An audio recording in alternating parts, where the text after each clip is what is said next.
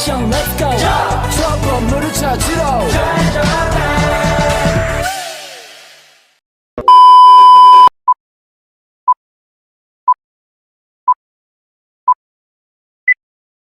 Bismillahirrahmanirrahim. Assalamualaikum warahmatullahi wabarakatuh. Waalaikumsalam warahmatullahi wabarakatuh. Terima kasih sebelumnya Bu sudah meluangkan waktunya untuk kami untuk kegiatan kita pada hari ini Bu. Sebelumnya kami dari UIN Mahmud Langkar kami bertiga orang.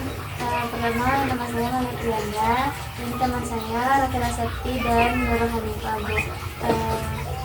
Kalau boleh tahu nama Ibu? Perkenalkan, nama Ibu Gita Atika. Ibu di sini sebagai guru BK sekaligus menjabat sebagai wakil ketuaan di Pondok Pesantren. Mungkin tujuan kami di sini untuk sedikit wawancara Bu dan juga sharing-sharing di mana kegiatan BK di MTSN ini tersebut. Ya Bu. Kalau kalian boleh tahu Bu, di sekolah ini kegiatan pendukung apa nih Bu yang sudah terlaksana di sekolah ini? Untuk kegiatan pendukung sekolah kita itu yang terlaksana tidak semua yang telah pelajari. Yang pertama itu ada AUM, ada kunjungan rumah, ada alisan kasus itu umumnya yang digunakan untuk sekolah ini. Gitu Bu. Kalau misalnya AUM ini bagaimana Bu cara pelaksanaannya? Jadi untuk AUM kan AUM itu ada dua, AUM umum sama AUM PTSL. Jadi di sini Ibu memberikan AUM umum dan PTSL karena kita MTS, berarti kan tingkatnya untuk SMPT. Jadi AUM itu yang Ibu berikan. Nah, dalam pelaksanaannya itu Bu, apakah ada kendala dalam prosesnya? Kalau untuk kendala dalam pembagian AUM tidak ada, tapi kendalanya kan kalau AUM itu untuk pengolahannya kan butuh lama. Kita ada kunci-kuncinya, K1, K2-nya. Jadi untuk mengolah AUM itu waktu pengolahannya yang agak lama, tapi untuk kendala pemberian AUM kepada anak ini tidak ada, hanya dalam pengolahannya yang agak lama. Gitu Bu. Kalau misalnya dari AUM itu Bu kan ada hasil yang dikeluarkan tuh Bu. Biasanya apa masalah-masalah siswa tersebut Bu? Kalau AUM umum biasanya masalah pribadi anak, bagaimana keadaan anak di rumah, bagaimana hubungannya dengan teman-temannya, itu masalah yang sering hasil jawaban dari AUM. Kalau PTSDL itu biasanya hasilnya yang terakhir itu anak itu sulit untuk konsentrasi dalam belajar, sering ngantuk, itu hasil akhirnya. Dalam hasil tersebut apakah disampaikan langsung ke siswanya atau untuk hasil AUM itu disampaikan kepada siswanya itu gambaran umum, tidak satu-satu anak disampaikan hasil AUM masing-masing. Biasanya gunakan untuk gambaran umum saja. Kan nanti untuk awal semester kan kita perlu membuat program BK. Jadi dari AUM itu kita bisa landasan untuk membuat program. Jadi hasilnya itu Ibu berikan secara umum saja kepada anak.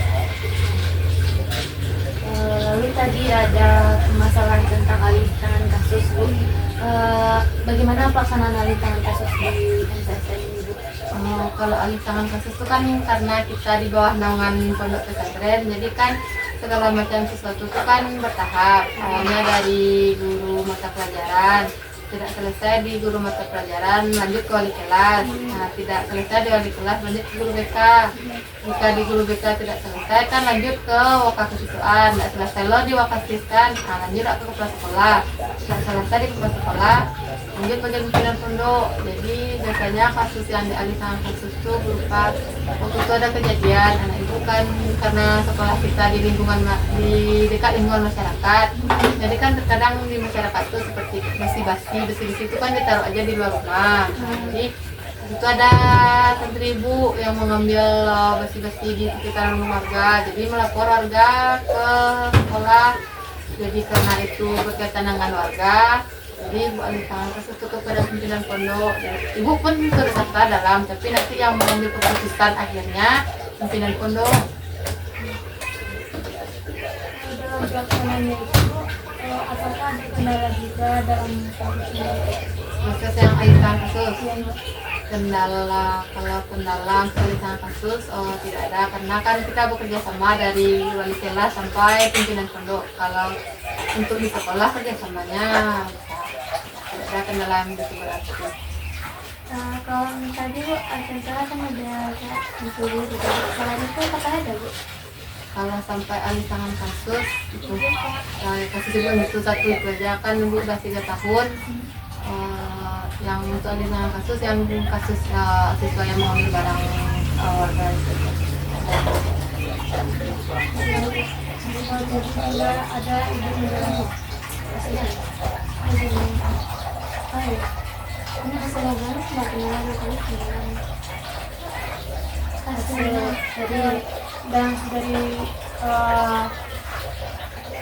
dari kejadian dari apa itu alih tangan kasus tadi Bu, apakah apa hasil yang dapat tadi dari kasus mencuri itu dari apa yang jadi Bu kan tadi cuma mencuri dulu Bu. Nah berarti hasil yang didapatkan setelah itu tuh apa Bu? Oh berarti sanksi untuk siswa. Iya Bu. Kalau sanksi untuk siswa itu kan waktu itu ada sekitar 3 orang, jadi yang bertiga itu dikeluarkan dari sekolah. Ada kan Bu. Itu berarti dari pimpinan pondok yang Kan bersama warga. Hmm. Kalau untuk kasus berat tuh biasanya kan kalau keputusan akhir tuh kan biasanya diserahkan kepada kalau kita pondok berarti kan pimpinan pondok. Mungkin kalau di SMP SMA kan kepala sekolah yang mengambil keputusan tertinggi. Kalau kita ada sama pondok tuh ada nama pimpinan, ada resoan. Tadi juga menjelaskan tentang kunjungan rumah. Bagaimana proses dalam pelaksanaan kegiatan kunjungan rumah? Sama kayak alih tangan kasus tadi kan kita semuanya bertahap, dimulai dari wali kelas, guru mata pelajaran. Biasanya untuk kasus kunjungan rumah tuh kalau biasanya pemanggilan orang tua dari wali kelas dulu. Misalnya tidak dipenuhi oleh tidak dipenuhi orang tua, panggilan wali kelas. Terus ibu sebagai guru BK yang manggil lagi, tidak dipenuhi juga oleh orang tua. Lanjut bakal kesiswaan, tidak dipenuhi juga berarti kan kepala sekolah lagi. Kalau masih tidak, kalau kepala sekolah yang manggil tapi orang tua itu tidak mau kerjasama dengan sekolah, maka ibu melakukan kunjungan rumah. Terkadang ada juga kalau misalnya anak tuh tidak datang, orang tua tidak ada kasih kabar setelah 3 bulan. Anak tidak datang, anak tidak bisa dihubungi, biasanya ibu melakukan kunjungan rumah. Apa aja masalah misalnya di dalam melakukan kunjungan rumah itu? Oh berarti penghambat kunjungan rumah tuh. Selain dari Kasus biasanya ada pula misalnya anak tuh dia sering tidak masuk, terus dihubungi dia nanti membicara ekonomi keluarganya. Kan di pondok tuh kan kita membayar, ada uang sekolah. Kalau di umum kan misalnya tidak ada uang sekolah, ada kendala biaya. Biasanya bu kunjungan rumah melihat situasi seperti bagaimana kondisi di rumah, iyakah dia terkendala biaya atau tidak. Kan kalau kunjungan rumah kita nampak bagaimana keadaan rumahnya. Itu biasanya seperti itu. Kendalanya itu seperti apa Bu? Kalau boleh tahu Bu, kalau misalnya melakukan kunjungan rumah?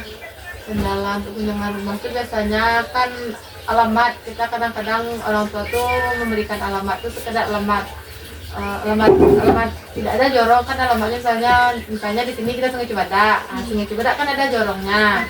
Jadi kalau tidak ada jorong, mungkin berarti kan kita harus bertanya kepada warga masalah lokasinya. Kadang-kadang ada yang rumahnya jauh, sulit ditempuh pakai mobil untuk lokasi, untuk mencari alamat anak itu kendalanya.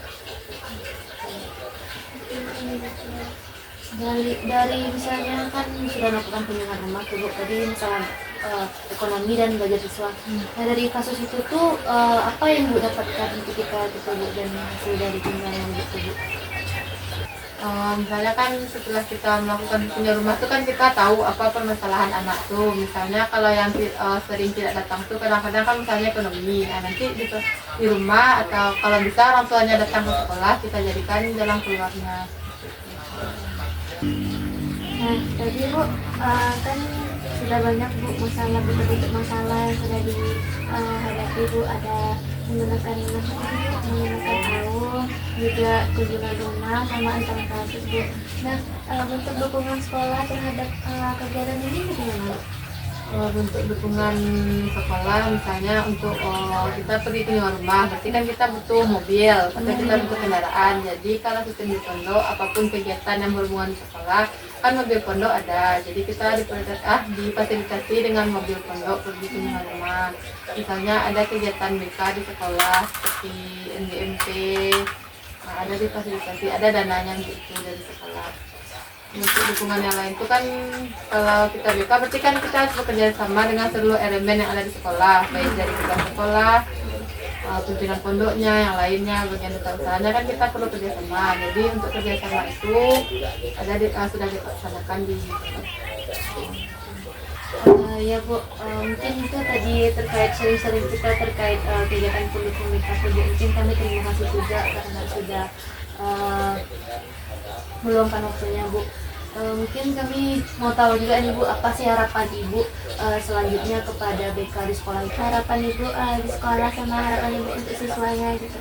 Harapannya ya semoga kegiatan BK di sekolah berjalan lancar. Siswanya pun kadang-kadang kan siswa tuh takut BK tuh polisi sekolah. Jadi Ibu harapan Ibu ke depannya tuh supaya BK supaya anak-anak tuh merasa nyaman dengan guru BK tidak ditakuti. Kan guru BK tuh sahabat siswa. Jadi harapan Ibu tuh supaya Ibu terbuka sama Ibu. Nggak butuh tempat cerita, curhat, tidak ditakuti. Ya Bu, mungkin semoga hal tersebut memang menjadi kenyataan setelah ini dan menjadi sesuatu yang baik begitu Bu. Karena memang hal tersebut ya betul kan, kalau misalnya di sekolah tuh rata-rata guru BK tuh dianggap sebagai polisi sekolah ya. Mungkin itu tadi Bu sedikit tanya-tanya kami terkait kegiatan pendukung BK dan bagaimana BK di MTSN ini. Kami mohon maaf Bu apabila ada kesalahan dalam penyampaian kami. Mungkin kami tidak pada tempatnya sebagai mahasiswa BK gitu. Mungkin terima kasih Bu. Assalamualaikum warahmatullahi wabarakatuh. Waalaikumsalam warahmatullahi wabarakatuh.